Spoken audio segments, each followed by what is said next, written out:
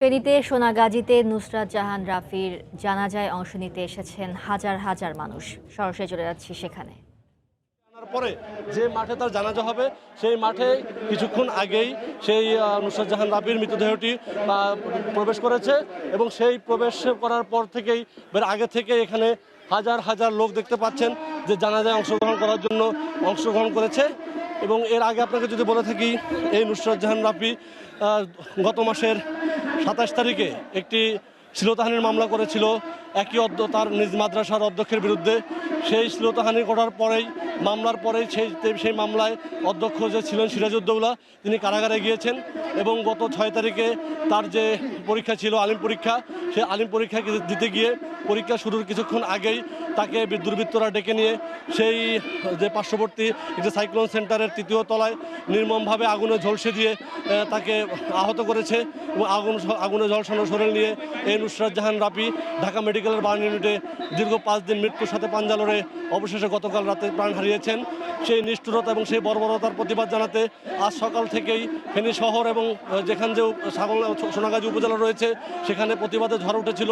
অনেকে মানববন্ধন করেছেন, এই ঘটনার নিন্দা জানিয়েছেন, প্রতিবাদ জানিয়েছেন এবং কখন নুসরাত জাহান রাফিকে তার গ্রামের বাড়িতে নিয়ে আসা হবে সেই অপেক্ষায়, সেই প্রতীক্ষায় সকাল থেকেই আমরা দেখেছি এলাকাবাসী, তার স্বজন, তার যারা ছিলেন, যে প্রতিবেশী ছিলেন, তার যে সহপাঠী ছিলেন, তারা অধীর আগ্রহে অপেক্ষা করছিলেন এবং সেই সাথে আমরা দেখেছি তারা কোনোভাবেই নিজেদেরকে এটা সান্ত্বনা দিতেই পারছিলেন না। রাফির এই অকাল চলে যাওয়া তারা কোনোভাবেই মেনে নিতে পারছেন না। একজন প্রতিবাদী এরকম কিশোরের চলে যাওয়াকে তারা কোনোভাবেই মানছেন না। তারা দাবি করছেন যে এই যে মাদ্রাসার অধ্যক্ষ ছিলেন সিরাজউদ্দৌলা, তিনি এই আগেও একাধিকবার এ ধরনের ঘটনা ঘটিয়েছে এবং এ ঘটনার আমরা এক অভিভাবকের সাথে কথা বলেছি। তিনি গত বছরও 2018 সালের নভেম্বর মাসেও ঠিক এ ধরনের একটি তার মেয়ের সাথে আচরণের প্রতিবাদ জানিয়েছিলেন লিখিতভাবে। এখানকার যে উপজেলা নির্বাহী কর্মকর্তা ছিল তাকে জানিয়েছিলেন, কিন্তু সেই ঘটনার কোনো বিচার হয়নি এবং তারা চাপ দিয়ে সেটা আপোষ মীমাংসাও করায়নি এবং তারা বলছে যে এই বিষয় নিয়ে বাড়াবাড়ি করেন না। যে অভিভাবক যে শিক্ষার্থীর সাথে যে ঘটনা ঘটেছিল সেই শিক্ষার্থীর সাথে আমরা কথা বলেছি, সেই অভিভাবকের সাথে আমরা কথা বলেছি। তারা বলেছেন যে আজকে ওই দিন যদি এই অধ্যক্ষ সিরাজউদ্দৌলা এই কুলাঙ্গারের বিরুদ্ধে যদি তৎক্ষণিক প্রশাসন ব্যবস্থা নিত, তাহলে হয়তো আজকে নুসরাত জাহান রাফিকে এই নির্মমভাবে প্রাণ দিতে হতো না। তাহলে আর কেউ এই শিক্ষক নামের এই কুলাঙ্গারের হাতে কেউ এভাবে তার শ্লীলতাহানির হারানোর ঘটনা ঘটতো না।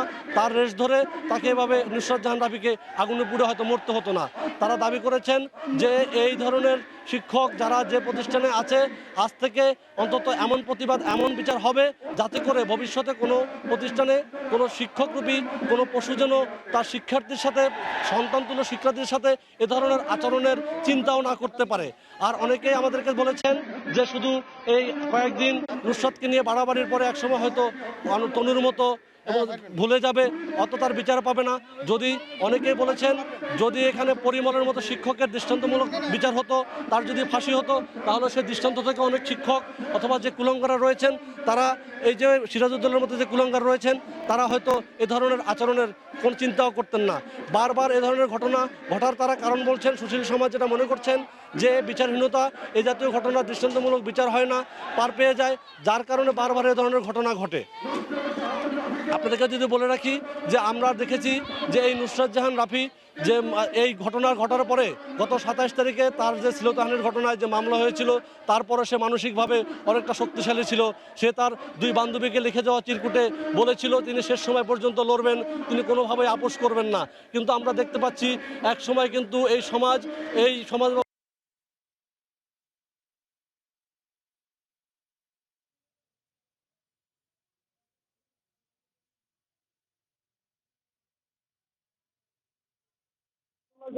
যারা এখন যে মামলা হয়েছে, কাদির ভাই 8 জনকে বাদী করে আসামি করে মামলা দিয়েছে সোনাগাজী মডেল থানায়।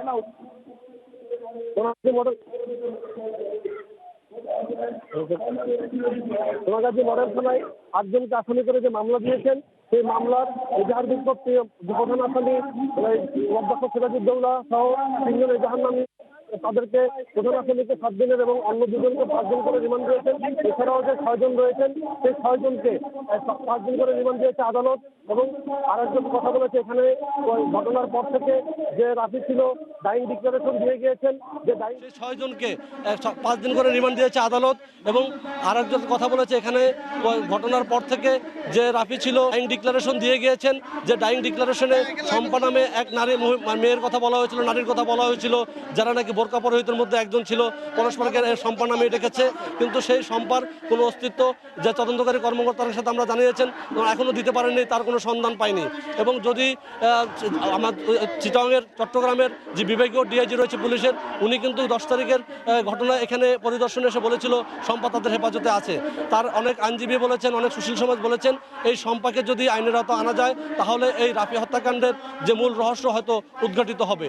এছাড়াও আপনাকে বলে রাখি, যদি এই ঘটনায় এখন পর্যন্ত এক কমিশনার সহ 5 জন এজাহারনামী আসামি পলাতক রয়েছে, যারা কিনা গত 27 তারিখে রাফির সাথে শ্লীলতাহানির ঘটনার পরে, মামলার পরে, অধ্যক্ষ গ্রেপ্তার হওয়ার পরে এই অধ্যক্ষ সিরাজউদ্দৌলা মুক্তি পরিষদ গঠন করে মাঠে তারা তাদের তৎপরতা চালিয়েছিল, প্রকাশ্যে বা বিভিন্নভাবে হুমকি দিয়েছিল রাফির পরিবারকে, রাফিকে এই মামলা উঠিয়ে নেওয়ার জন্য। এখন এখানকার স্থানীয় অনেকে মনে করছেন, যদি তারা এই যারা নেপথ্যে কাজ করেছিলেন, যারা পলাতক রয়েছেন, যারা অধ্যক্ষ সিরাজউদ্দৌলা মুক্তি পরিষদ গঠন করে দফায় দফায় আন্দোলন করেছিলেন, তাদেরকে যদি আইনের আওতায় আনা যায় তাহলে হয়তো এই হত্যাকাণ্ডের জট খুলবে। এখন পর্যন্ত দৃশ্যমান কোনো সফলতা বা দৃশ্যমান কিছু দেখাতে পারেনি। এখনও রাফি হত্যাকাণ্ডের যে দুর্বৃত্তরা রয়েছে, যারা আগুন লাগিয়েছিলেন, তারা কিন্তু ধরাছোঁয়ার বাইরেই বলা যায়, কোনো পর্যন্ত নির্দিষ্ট কোনো তথ্যপত্র দিয়ে আইনশৃঙ্খলা বাহিনী তাদেরকে উপস্থাপন করতে পারেনি। অথবা রাফির যে বক্তব্য ছিল যে 4 জন বোরকা পরিহিত, তাদের মধ্যে শম্পা, এই শম্পারও কোনো অস্তিত্ব পুলিশ প্রশাসন এখনও খুঁজে বের করতে পারেনি। আপনারা জানেন যে এই ঘটনার পর আসামি পক্ষকে বাদী পক্ষকে সহায়তা না করায় এবং এখানকার যে সোনাগাজী থানার পুলিশ পরিদর্শক ছিলেন, ওসি ছিলেন, তাকে প্রত্যাহার করা হয়েছে এবং এই মামলাটি পুলিশ ব্যুরো অফ ইনভেস্টিগেশন পিবিআইতে হস্তান্তর করা হয়েছে। পিবিআই যে অফিসার রয়েছেন তাদের সাথে কথা হয়েছে, তারা সমস্ত আলামত তারা জব্দ করার চেষ্টা করছেন। তারা চেষ্টা করছেন এই মামলার সাথে আদ্যপান্ত খুঁটিনাটি দেখে তারা আইনিভাবে যাতে করে অপরাধীদের আইনের আওতায় আনা যায় বলে তারা কাজ করছেন বলে আমাদেরকে জানিয়েছেন। তবে সেই ক্ষেত্রে এখানকার রাফির স্বজন এবং স্থানীয় অনেক লোকজন বলেছেন, ঘটনার যেদিন ঘটেছে তার আগে পরে যদি স্থানীয় কিছু লোকজন, যারা কিছু নেতা, যে কমিশনার অভিযুক্ত সে এবং এখানকার যে কমিশনারকে যারা স্থানীয় যে নেতারা ভিতরে থেকে বা বাইরে থেকে ইন্ধন জুগিয়েছে, সাহস জুগিয়েছে অথবা পরামর্শ দিয়েছে, বিভিন্ন সময় সহযোগিতা করেছে, সেই পর্দার আড়ালকে লোকদের পর্দার বাইরে আনতে হলে অবশ্যই এদের ফোনালাপ যদি বের করা যায়, এদের অডিও রেকর্ড যদি বের করা যায়, তাহলে হয়তো এটার ষড়যন্ত্র এবং এটার সত্যিকারের যে যারা এই ন্যাক্কারজনক ঘটনাটি ঘটিয়েছে তাদেরকে আইনের আওতায় আনা সম্ভব হবে।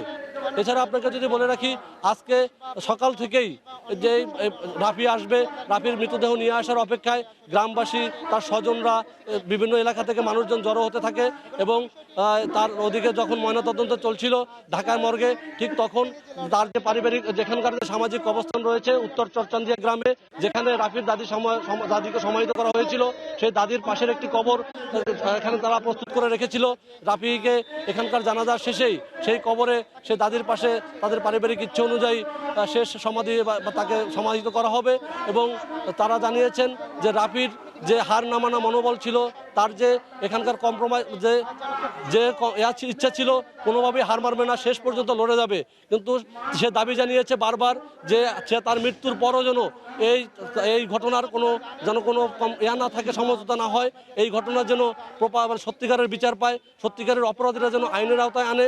তার পরিবার থেকে দাবি জানিয়েছেন রাফির যে শেষ ইচ্ছা ছিল, ডাইং ডিক্লারেশনে যে সে ইচ্ছা পোষণ করে গিয়েছেন যে অপরাধীকে ছাড় না দেওয়ার, এবং সেই ইচ্ছাকে পূরণ করার জন্য জানান যে এই ঘটনায় মাননীয় প্রধানমন্ত্রী নিজেও সরাসরি সব কিছু দেখভাল করেছেন এবং আশা করছেন যে যারা সত্যিকারী আসামি, যারা সত্যিকারী অপরাধী, তাদেরকে অন্তত যথাযথভাবে আইনের আওতায় এনে দৃষ্টান্তমূলক শাস্তি দিতে পারলে এই ঘটনা থেকে হয়তো বাংলাদেশের আর কোথাও এ ধরনের ন্যাক্কারজনক ঘটনা ঘটবে না বলে এখানকার অনেক সুশীল সমাজ মনে করেন। আপনাকে জানিয়ে রাখি মুমু যে এখানকার কিছুক্ষণ পরেই এই জানাজা শেষেই যে ফারজানা আক্তার যে রয়েছে, রাফি রয়েছে, ফারজানা জাহান রাফির মৃতদেহটি ফারজানা জাহান রাফির মৃতদেহটি দাফন করা হবে। এবং আমরা যেহেতু জানেছি যে তার যে স্বজনরা এসেছিল, তার যে সহপাঠীরা এসেছিল, তারা আজকে অনেকের সাথে কথা বলেছি। এখানকার যে পরিবেশ, সোনাগাজীর যে আকাশ বাতাস পুরো একটা শোকাচ্ছন্ন অবস্থা। এখানে তারা কোনোভাবেই রাফির এই অকাল চলে যাওয়া মানতে পারছে না। তাদের দাবি দৃষ্টান্তমূলক শাস্তির মাধ্যমে রাফির এই চলে যাওয়াকে সার্থক করবে। ধন্যবাদ জানাই। এই ছিল আমার কাছে এখানকার সর্বশেষ। মুমু। ফেনীতে হাজার হাজার মানুষ অংশ নিয়েছেন নুসরাতের জানাজায়, সে খবরে আমাদের জানাচ্ছিলেন আতিয়ার।